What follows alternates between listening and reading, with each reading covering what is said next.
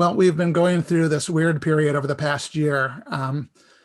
Almost exactly a year ago, we pretty much woke up and it became clear to us that we had to devote essentially virtually 100% of our reporting resources to COVID-19 and the pandemic.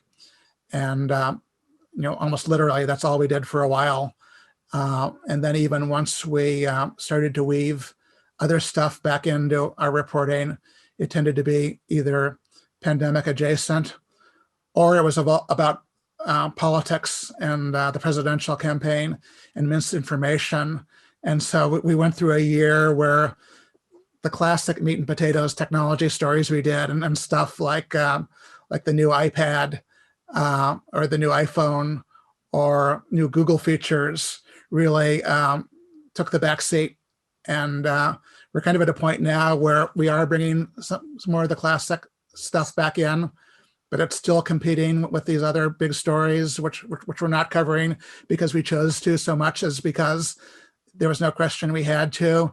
And even some of these classic stories, there's a pandemic element to them at one point or another. Like if you talk to a YouTube today, you're probably going to talk to them partially about how the pandemic has affected what they do. And I'm talking to another large company tomorrow, which I'm not going to tell you who they are because the story won't show up for a while. But my first question to them will be, how has the pandemic affected your business? And do you expect the changes to be permanent or not?